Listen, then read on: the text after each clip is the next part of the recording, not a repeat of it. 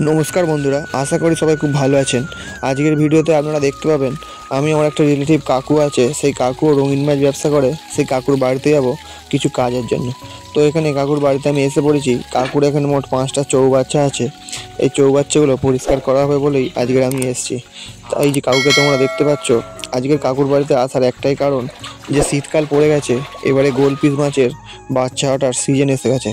কাকুর কাছে কিছু ধাড়ি গোলপিস আছে, সেই মাছগুলোর বাচ্চা তোলার জন্যই আমাকে ডেকেছে। তো আমি এসে প্রথমে যে চৌবাচ্চাগুলো ছিল এতে আগে থেকে জল অনেক তোলা ছিল, সেই জলগুলো ফেলে দিলাম। তার কারণ একটাই, চৌবাচ্চাগুলো দুদিন শুকনো করতে হবে, তারপরে নতুন জল দিয়ে তবে এই চৌবাচ্চায় মাছের বাচ্চা তোলা যাবে। এখানে চৌবাচ্চা কিছু কিছু মাছ আছে। এই যে মাছটা আমি আপনাদের দেখাচ্ছি, এই মাছটার নাম হলো অ্যাঞ্জেল। এই দেখো এখানে একটা সাদা রঙের অ্যাঞ্জেল মাছ তুলেছি। এই মাছগুলো কাকু বাচ্চা তুলবে বলে চৌবাচ্চা রেখেছিল, কিন্তু কাকু এই মাছগুলোর বাচ্চা তোলার প্রসেস না জানার কারণে বাচ্চা তুলতে পারে না। তো যাই হোক বন্ধুরা, চৌবাচ্চার যে জলগুলো পড়ছে এখানে ড্রেনটা পাতা পড়ে পড়ে পুরো জাম হয়ে গেছে। সেই পাতাগুলো আমি পা দিয়ে একটু সরিয়ে দিলাম, যাতে জলগুলো গিয়ে কাকুর এই যে পুকুরটা আছে পুকুরে গিয়ে পড়ে যায়। তারপরে আমি চলে গেলাম কাকুর পুকুরের কাছে। এই যে কাকুর পুকুর তোমরা দেখতে পাচ্ছ বন্ধুরা, কাকুর মোট দুটো শোলা দুদিকে রাখা আছে। বললো পুকুরে একটা নেটে কিছু ভেল শুভাঙ্কি মাছ আছে, সেই মাছগুলো ধাড়ি বেঁচে দিতে। তো সেই জন্যই আমি জলে নামবো। তার আগে দেখি ঘাটের কাছে একটা পিঁমড়ে জলে পড়ে গেছে, সেই পিঁমড়েটাকে আমি আড়ায় তুলে দিলাম। তারপরে আমি শোলার মধ্যে নেমে পড়লাম পুকুরের মধ্যে।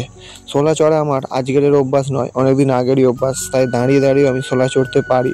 এই নেটেরই মাছগুলো তোলা হবে। তো দেখো কাকু এসে পড়েছে একটা পিঁড়ে নিয়ে, আমাকে পিঁড়েটা দেবে, পিঁড়েতে বসে আমি কাজ করব।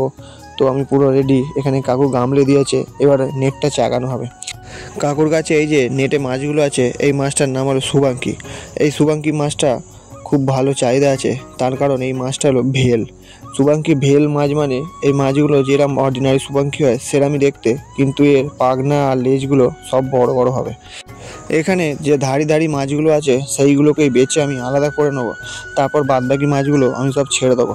কাকুর নেটে প্রচণ্ড ময়লা, তাই খুব কষ্ট হচ্ছে আমার কাজটা করতে। তারই মধ্যে যে বড় বড় সবুজ সবুজ মাছগুলো দেখতে পাচ্ছ, এই মাছগুলোর নাম হলো কসবির। এইসব মাছের সিজন শেষ হয়ে গেছে বাচ্চা ওঠার। সামনে বছর আমি যে মাছের ফার্ম করছি, সেই ফার্মে আপনারা সবাই দেখতে পাবেন যে কত রকমের মাছের বাচ্চা আমি তুলতে পারি। তো এক করে বন্ধুরা এই সব বড় বড় শুভাঙ্কি মাছগুলো আমি বেছে নিলাম। দেখো এখানে অনেক মাছ আছে, এর মধ্যে থেকে আমি যেগুলো ভালো শরীর স্বাস্থ্য মাছ সেই মাছগুলোই বেছে রেখে দেবো। এই যে মাছটা দেখো একটু বড় মতন, এটা ফিমেল মাছ। এগুলোর একটা ফিমেল মাছকে দেখলে বোঝা যায়, সেগুলো আমরা জানি বন্ধুরা কেমনভাবে মেল ফিমেল দেখতে হয়। পরের দিন ভালো করে একটা ভিডিও দেখাবো যে মাছের মেল কোনটা আর ফিমেল কোনটা।